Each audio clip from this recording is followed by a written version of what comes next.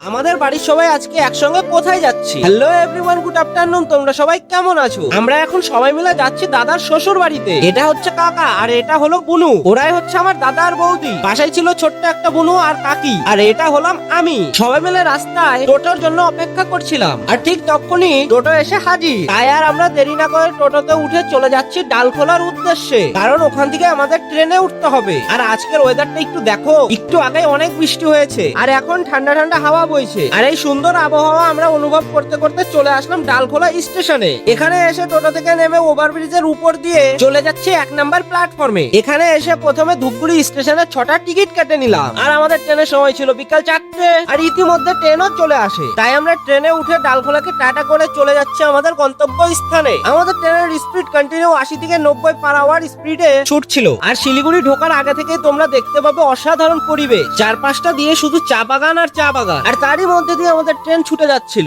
আমি তোমাদেরকে একটাই কথা বলবো, তোমাদের যদি নেচার পছন্দ হয়ে থাকে, তোমরা যদি নেচারকে ভালোবেসে থাকো, তাহলে তোমরা অবশ্যই নর্থ সাইডে আসবে। আর আমরা টোটাল 27টা স্টেশন পার করে ফাইনালি চলে আসলাম ধূপগুড়ি স্টেশনে। আর এখন রাত 8টা বাজে। স্টেশনের বাইরে থেকে টোটো ধরে চলে যাচ্ছি বৌদিদের বাড়ির উদ্দেশ্যে। আর আজকের মতো এতটুকুই, দেখা হচ্ছে নেক্সট ভিডিওতে। ভালো লাগলে একটা লাইক করে দিও।